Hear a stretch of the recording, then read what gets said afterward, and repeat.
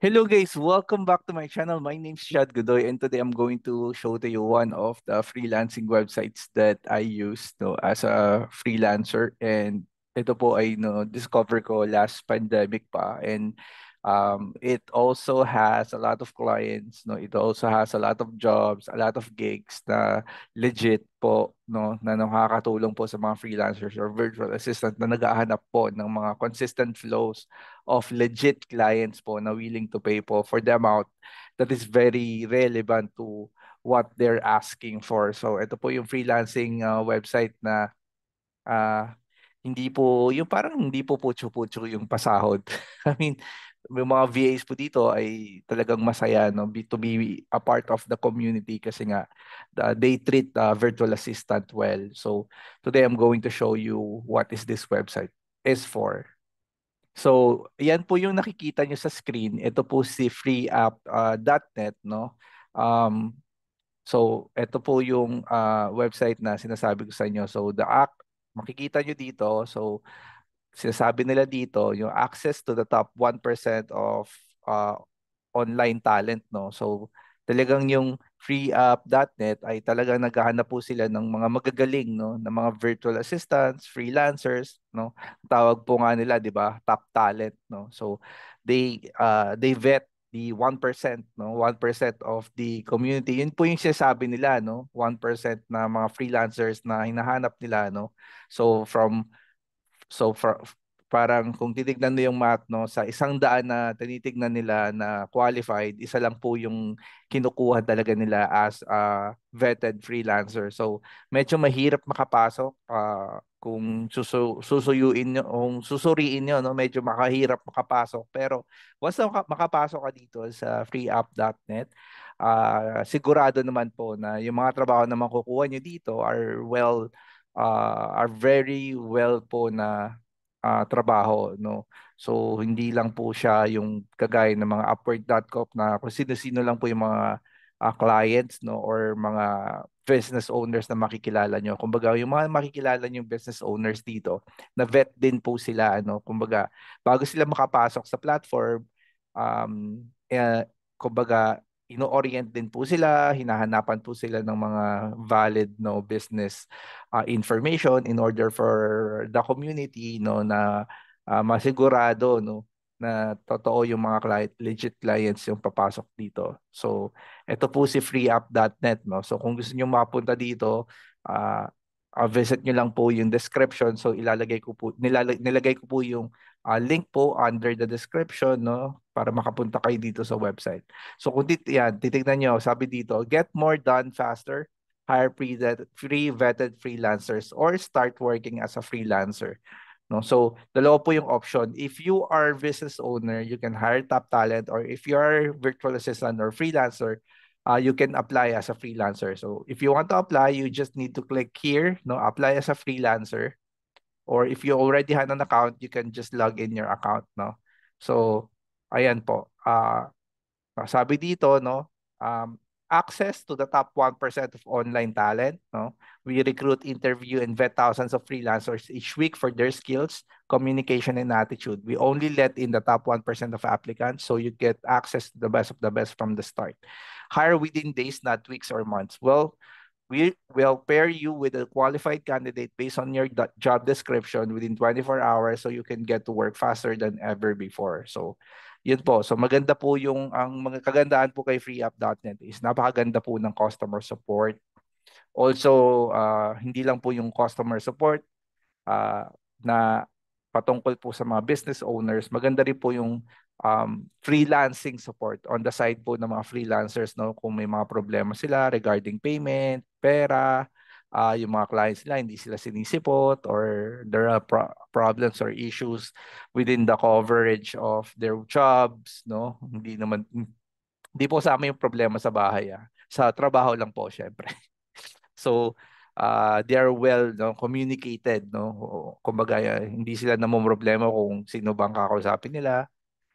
Si freeapp.net po, they have enough manpower, no, to cover, no, yung pangangailangan po ng mga freelancers and as well as the clients inside the website. So, ayan. Hassle-free billing, no? Pag freelancers ka, you don't need to think of mababayaran ka ba, no? Kasi once you log in your account, no? Nandun na lahat, no? If you're paid based on hourly, if you're paid based on contract, nandun na po lahat 'yon, no? So kung ano po yung kagandahan kay freeup.net is kung ano yung nakalagay doon sa, alam niyo minsan, 'di ba, pag nagbi-bill ka, no, based on hours. Kung ano po yung nakalagay na amount na doon sa billing mo, wala na po silang commission doon. Kumbaga, they get their commission kasi syempre may commission din sa FreeUp.net sa'yo. They get their commission on top, no? So kung sinabi mo yung rate mo is around $10 per hour ka. $10 per hour talaga yung makukuha mo kasi si FreeUp.net, ang ilalagay niya is ang patong niya is pataas, no? Hindi pababa. So kung $10 ka, ilalagay nila sa website na around $12 ka, no? Or around $10.6 ka per hour. So hindi ka mababawasan technically ng commission mo. So ganun siya kaganda kasi kung anong rate mo, doon ka mababayaran kasi yun ang makikita ni client kung ano yung rate mo nilagay. Hindi ang patong pataas, hindi po pababa. So yun, no turnover guarantee, no more worrying about about turnover in the rare case an applicants, uh, quits will work to replace them, no. So they have a lot of freelancers available, no, at their disposal, na pwedeng mag-assist, no, sa mga clients, no. Pero syempre, bago ka kasi makapasok kay freeup.net, you will going to be asked a lot of questions. You're going to be asked a lot of mindset questions in order for them to vet you, ano, para makapasok ka po dito. At in my humble opinion, marami na rin po ako natulungan na makapasok sa freeup.net, no. Some of them are my subscribers na nakita yung freeup.net sa website ko, nakapasok sila. They even say hi po pala sa akin, no, sa Slack kasi si freeup.net ay merong Slack, no? Slack po na kung saan dito po diretso po namin na sisabi yung mga pangangailangan namin, no. Pwede kaming mag-message sa support directly from Slack, no. Alam niyo naman po siguro yung Slack mo. Yung Slack po is a communication channel, no, kung saan po pwede kayong makakita ng mga available jobs, no. So may mga available jobs din po dito na lumalabas, no. Pero makikita rin niyo po ito sa website, no. Pero ang kagandahan po kasi kapag tambay ka dito sa Slack, no, madali yung way mo para magkaroon ng trabaho pag lagi ka nakatambay dito, no.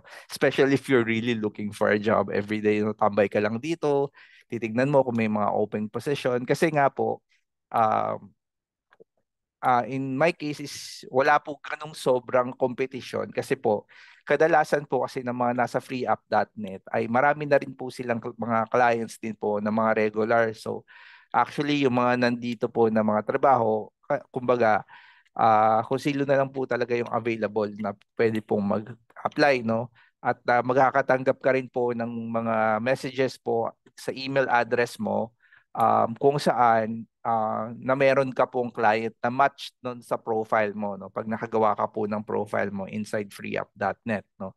So yan, so makikita nyo dito yung other channels, no, like um, administrative support, free app chatter, other jobs, sales and marketing, no?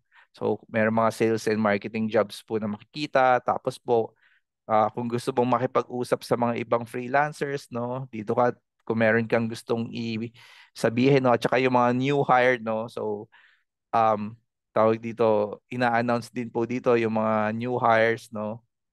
Or yung mga freelancers po na-hire po sa mga specific tickets, no, sa mga specific job requirements, ina-announce din po dito. So kumbaga sineselebrate yung mga tao na nakakakuha po ng trabaho, and which is I think it's very good for the community na parang na-acknowledge ka, 'di ba? Pag kunyari nakabigyan ka ng client or nabigyan ka ng ano, may alert, Ayan po, merong umiikot-ikot na na tawag dito, ilaw, no? Yung parang sa ambulansya, alert, yung parang sa police.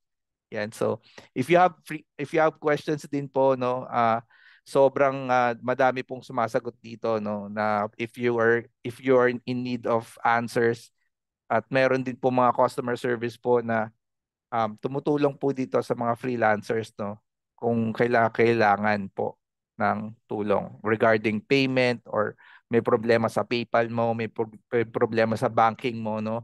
Kung gusto mong palitan yung bank mo doon sa previous mo na hindi, siguro baka minsan hindi gumagana, hindi ka nakaka-receive ng payment doon, or gusto mong palitan, no, yung payment process mo kung saan mo gustong mabayaran, pwede mong kontakin dito directly si accounting, no, may mga sasagot sa inyo. 24 hours po 'yan. So napaganda, no.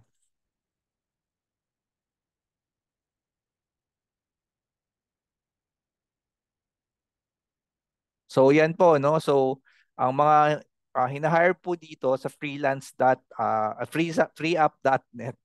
is yung pong mga web development, graphic design, customer service, digital marketing, Amazon experts, copywriting, no? And so much more po na pwede pong ah, mag mag-flow po dun sa mga other jobs, no? Kasi may mga ibang trabaho din po diyan, kagaya po ng mga bookkeepers, accountants, no, na ah, marami pong requirement, no.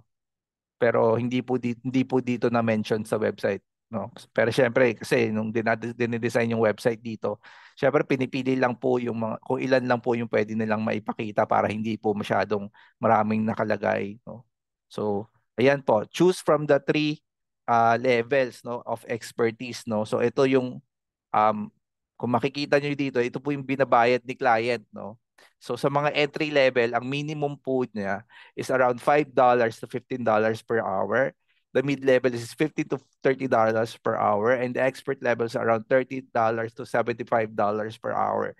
So kung mapapansin nyo, no, base po doon sa pagbabayad ni freelancers, ni freeup.net, lagi ako nagkakamali, ni freeup.net, is hindi po talaga maliit yung binabayad nila. Malaki po talaga yung pwede mong sahurin dito if ever na matanggap ka po, no.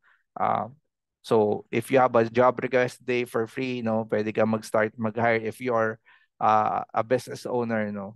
So marami, no. Ito yung top skills at free app, no. Andiyan nakalagay na rin po, no.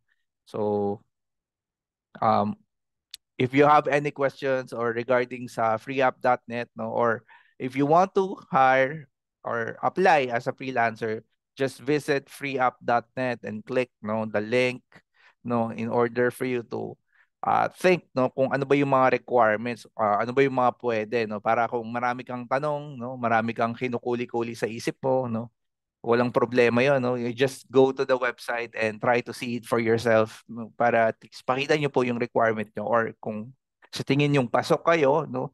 Or if you're planning to apply here in the future, or if you want to be a freelancer in the future, tignan nyo rin po kung ano po yung hinahanap ng one of the top websites in the world na kailangan nila sa freelancer in order for them to be hired. So yun lang po, guys. My name is Chad Godoy. Don't forget, again, don't forget to subscribe in our YouTube channel, and um, if you can like the video and share to your friends, no, mas maganda po, no, para marami pa pong makakita, ano. Salamat po sa inyong lahat, and I hope to see you soon again in my videos. Thank you po, and have a nice day. God bless po.